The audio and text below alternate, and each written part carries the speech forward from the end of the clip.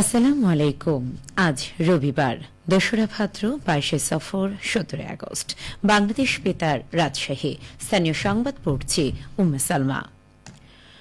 রাজশাহী মহানগরীর কাদিরগঞ্জ এলাকার doctor English নামের একটি কোচিং সেন্টারে সেনাবাহিনী ও রাজশাহী মেট্রোপলিটন পুলিশ আরএমপি যৌথ অভিযান চালিয়ে ৩ জনকে গ্রেপ্তার করেছে।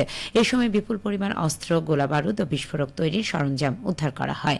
গ্রেপ্তারকৃতরা হল মোহাম্মদ মুনতাসিরুল আলম অনিন্দ, মোহাম্মদ ফয়সাল এবং মোহাম্মদ রবিন। অনিন্দ ডক্টর ইংলিশ নামের কোচিং সেন্টারের মালিক এবং আওয়ামী লীগের প্রেসিডিয়াম সদস্য ও সাবেক রাশিক মেয়র AHM খায়রুজ্জামান লিটনের চাচাতো ভাই। গতকাল অভিযান কালে মুনতাসিরুল আলম অনিন্দকে গ্রেপ্তার করা হয়। তার দেওয়া তথ্যের ভিত্তিতে ফয়সাল ও রবিনকে গ্রেপ্তার করা হয়। আরএমপি কমিশনার মোহাম্মদ আবু সুফিয়ান জানিয়েছেন, অনিন্দ কোচিং সেন্টারের আড়ালে সন্ত্রাসী কার্যক্রম পরিচালনা করত বলে অভিযোগ রয়েছে। তাদের বিরুদ্ধে নগরীর বোয়ালিয়া থানায় মামলা হয়েছে।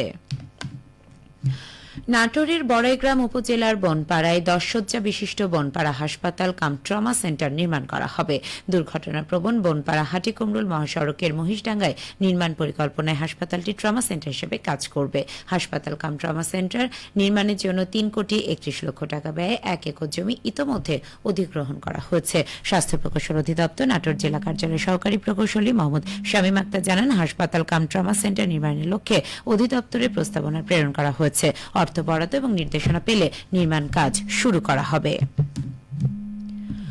বগুড়ার সারিয়াকান্দির যমুনা নদীতে নৌবন্দর গড়ে তুলতে প্রয়োজনীয় কাজ এগিয়ে চলেছে। সম্ভাব্যতা যাচাই করতে কাজ করছে BIWTA inland survey vessel Jhinai ২। Bogura জেলার ব্যবসা বাণিজ্য প্রসারে সারিয়াকান্দিতে নৌবন্দর গড়ে তোলার জোর দাবি জানিয়েছেন এলাকাবাসী। প্রাচীনকাল থেকে বগুড়া সহ রাজশাহী, রংপুর বিভাগের বিভিন্ন জেলা যাত্রীরা সারিয়াকান্দি মাদারগঞ্জ নৌরুট ব্যবহার করে ময়মনসিংহ বিভাগের বিভিন্ন জেলায় যাতায়াত করেন। এ নৌপথ দিয়ে জামালপুর হয়ে ঢাকার দূরত্ব কম।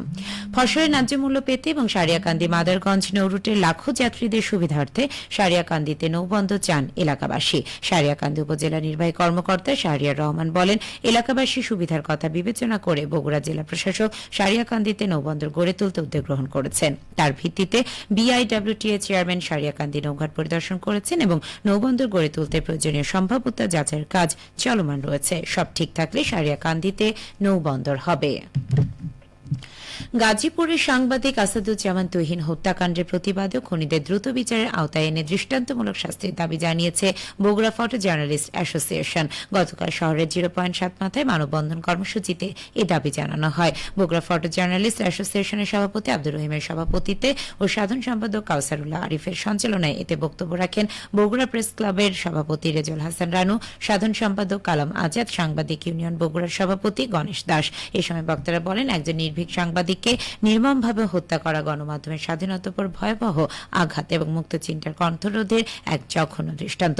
তুহিন শুধু একজন সংবাদকর্মী ছিলেন না, তিনি ছিলেন সমাজে অসঙ্গতি, দুর্নীতি, অনিয়মের বিরুদ্ধে এক নির্ভীক কণ্ঠস্বর। তাকে হত্যা করে দুষ্কৃতিকারীরা সত্যকে স্তব্ধ করে দিতে চেয়েছে। বক্তারা হত্যাকারীদের দ্রুত গ্রেপ্তার করে দৃষ্টান্তমূলক শাস্তি দাবি করেন এবং সাংবাদিকদের নিরাপত্তা নিশ্চিত করার জন্য সরকারের প্রতি জোর দাবি জানান।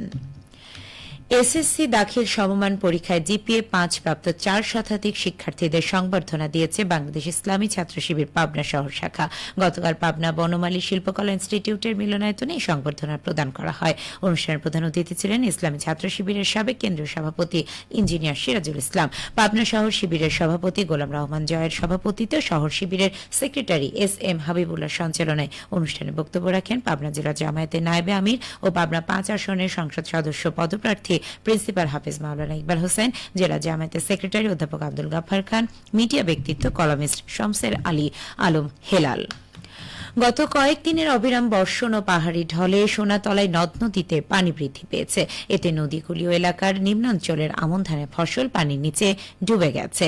কৃষি সম্প্রসারণ অধিদপ্তর সূত্রে জানা গেছে, উপজেলার তেকানি চুকাইনগর ও পাকুল্লা ইউনিয়নের নিম্নাঞ্চলে রোপণকৃত আমন ধান পানিতে ডুবে গেছে। উপজেলা কৃষি সম্প্রসারণ অফিস জানায়, এই দুই ইউনিয়নে 14 হেক্টর জমির ধান পানির নিচে পড়েছে। এছাড়া উপজেলার মধুপুর, জোরগাছা, সোনাতলা সদর, বালুয়া ও দিগদায়ের ইউনিয়নে নিম্নাঞ্চলের ধান পানিতে ডুবে গেছে। অতি বর্ষণ ও পাহাড়ি ঢলে নদী এলাকার নিচু জমি ধান পানিতে ডুবে গেছে উল্লেখ করে উপজেলা কৃষি কর্মকর্তা কৃষিবিদ সোহরাব হোসেন বলেন, অল্প সময়ের মধ্যে পানি কমে গেলে ধান নষ্ট হওয়ার সম্ভাবনা খুবই কম। সবশেষে আবহাওয়া। আজ সকাল 6টায় রাজশাহীতে তাপমাত্রা ছিল 27.6 ডিগ্রি সেলসিয়াস। এ সময় বাতাসের আর্দ্রতার পরিমাণ ছিল 98%। রাজশাহী পার্শ্ববর্তী এলাকায় আজ সূর্যোদয় হয়েছে ভোর 5:40 এবং সূর্যাস্ত সন্ধে 6:37।